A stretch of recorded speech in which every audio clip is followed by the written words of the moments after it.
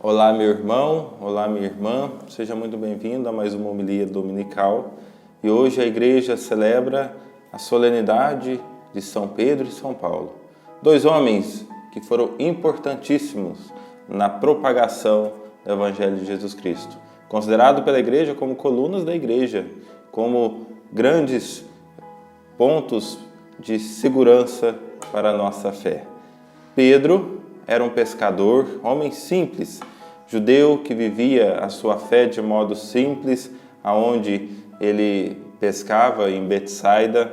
Ali conseguiu fazer várias amizades, era um líder nato e também entendia muito bem do seu ofício.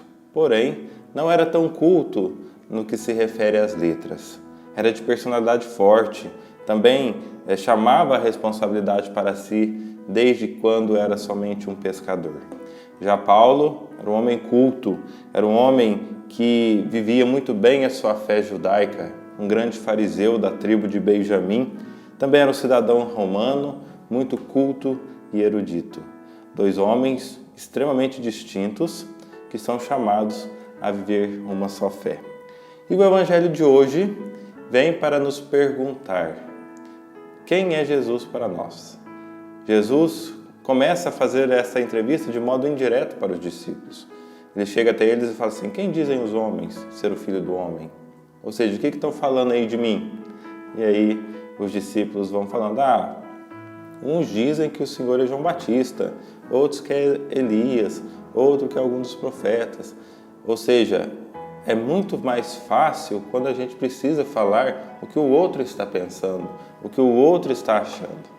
Mas aí, depois de Jesus explanar e ouvir deles o que o povo está pensando, ele vai perguntar o que vocês estão pensando. E vós, o que dizeis que eu sou? Provavelmente deve ter pairado naquele lugar, naquele ambiente, um grande silêncio, até ser rompido pela fala de Pedro: Tu és o Messias, o Filho do Deus vivo.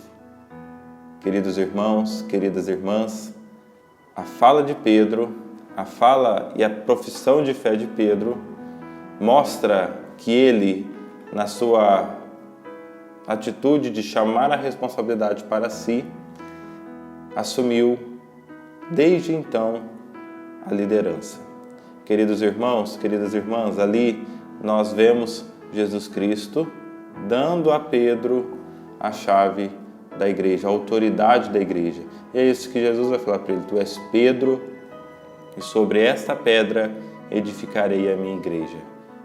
Queridos irmãos e irmãs, em Pedro nós temos a segurança para podermos caminhar na fé da igreja. Pedro, considerado o nosso primeiro Papa, é para nós uma segurança firme, uma rocha firme para podermos caminhar. A chave simboliza justamente esta autoridade que Cristo dá a toda a sua igreja. E aí nós temos Paulo também, que na sua vida toda, após a sua conversão, foi os pés da igreja. Aonde Paulo foi, ele levou e propagou a boa nova de Jesus Cristo. Se nós temos a segurança firme que é Pedro, nós temos também Paulo, que foi os passos de Jesus Cristo, que levou o Evangelho a tantas pessoas. A igreja não é uma igreja estática, mas é uma igreja dinâmica. É uma igreja que caminha, é uma igreja que vai ao encontro do outro. E Paulo fez muito bem este papel. Se nós temos tantas qualidades de Pedro e tantas qualidades de Paulo, nós também temos os seus defeitos. Pedro era inconstante, principalmente na fé. Ao mesmo tempo que estava firme, que fazia a profissão de fé, era também considerado por Jesus pedra de tropeço. Se nós temos um momento em que Pedro quer ir ao encontro de Jesus andando sobre as águas, depois nós temos Pedro afundando por falta de fé. Nós temos também um Pedro impulsivo, que age muitas vezes por impulso, um Pedro que negou Jesus. Ao passo que nós temos Paulo. Paulo foi o homem que mais perseguiu os cristãos, que mais foi atrás dos cristãos, que fez mal para muitos. Inclusive, no relato do martírio de Estevão, Paulo está lá, onde colocam as vestes nos seus pés. Nós temos também um Paulo que é fechado nas Sagradas Escrituras, que antes da sua conversão não se abre para a experiência com o novo, com Jesus Cristo. E nós temos também um Paulo duro de coração.